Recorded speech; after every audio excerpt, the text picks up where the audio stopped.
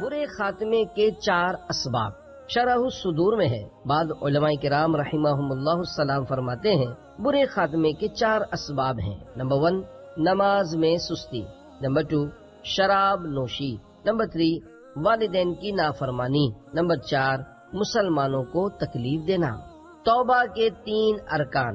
جو اسلامی بھائی معاذ اللہ عز وجل نماز نہیں پڑھتے یا قضا کر کے پڑھتے ہیں، اپنی کوتاہی کے باعث نماز فجر کے لیے نہیں اٹھتے یا بلا شرعی مجبوری کے مسجد میں باجماعت پڑھنے کے بجائے گھر ہی پر نماز پڑھ لیتے ہیں، ان کے لیے لمحہ فکریہ ہے کہیں نماز میں سستی برے خاتمے کا سبب نہ بن جائے. اسی طرح شراب خور، ماں باپ کا نافرمان اور مسلمانوں کو اپنی زبان یا ہاتھ وغیرہ سے ایذا دینے والا سچی توبہ کر لے. صدر اللہ فاضل حضرت علامہ مولانا سید محمد نعیم الدین مراد آبادی علیہ رحمۃ اللہ الہادی فرماتے ہیں توبہ کی اصل رجوع الی اللہ، یعنی اللہ عز و جل کی طرف رجوع کرنا ہے. اس کے 3 رکن ہیں. ایک اعتراف جرم، دوسرے ندامت، تیسرے عزم ترک یعنی اس گناہ کو چھوڑنے کا پکا ارادہ.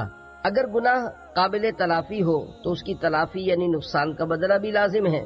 مثلا تارک صلاۃ یعنی بے نمازی کی توبہ کے لیے پچھلی نمازوں کی قضا پڑھنا بھی ضروری ہے، اور اگر حقوق العباد طلب کیے ہیں تو توبہ کے ساتھ ساتھ ان کی تلافی ضروری ہے. مثلا ماں باپ، بہن بھائی، بیوی یا دوست وغیرہ کی دل آزاری کی ہے تو اس سے اس طرح معافی مانگے کہ وہ معاف کر دے. صرف مسکرا کر سوری کہہ دینا ہر معاملے میں کافی نہیں ہوتا.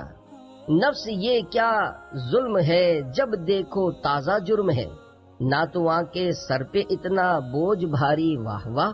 صلو علی الحبیب صلی اللہ تعالی علی محمد. 3 عیوب کی نحوست کی حکایت منہاج العابدین میں ہے.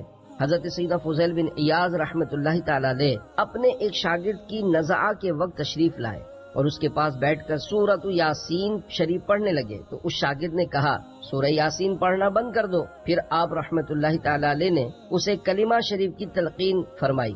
مرنے والے کو یہ نہ کہا جائے کہ کلمہ پڑھ، بلکہ تلقین کا صحیح طریقہ یہ ہے کہ سکرات والے کے پاس بلند آواز سے کلمہ شریف کا ورد کیا جائے تاکہ اسے بھی یاد آ جائے. وہ بولا میں ہرگز یہ کلمہ نہیں پڑھوں گا، میں اس سے بیزار ہوں. بس انہی الفاظ پر اس کی موت واقع ہو گئی. حضرت سیدنا فضیل بن عیاض رحمۃ اللہ تعالی علیہ کو اپنے شاگرد کے برے خاتمے کا سخت صدمہ ہوا. 40 روز تک اپنے گھر میں بیٹھے روتے رہے.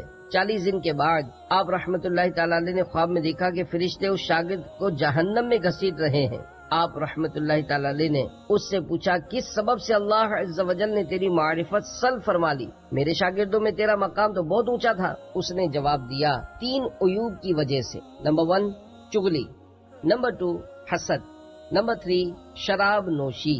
کہ ایک بیماری سے شفا پانے کی غرض سے طبیب کے مشورے پر ہر سال شراب کا 1 گلاس پیتا تھا.